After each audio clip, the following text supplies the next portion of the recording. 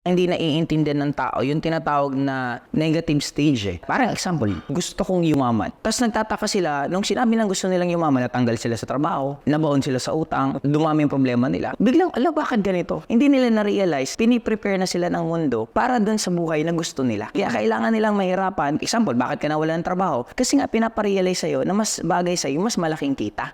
Kaya tinanggal sa yung barya para dun ka na mag-focus sa malaki. Kaya ka pinapahirapan para tumibay ka kasi yung pagiging matibay mo, yun ang gagamitin mo para dun sa success na gusto mong puntahan. Kaya in short, ang earth, ibibigay niya lang kung ano yung gusto mo. Naniniwala ako sa ganun. Kaya tayo may creator eh. Parang sa sitwasyon mo ngayon, years before, pinangarap mo yan.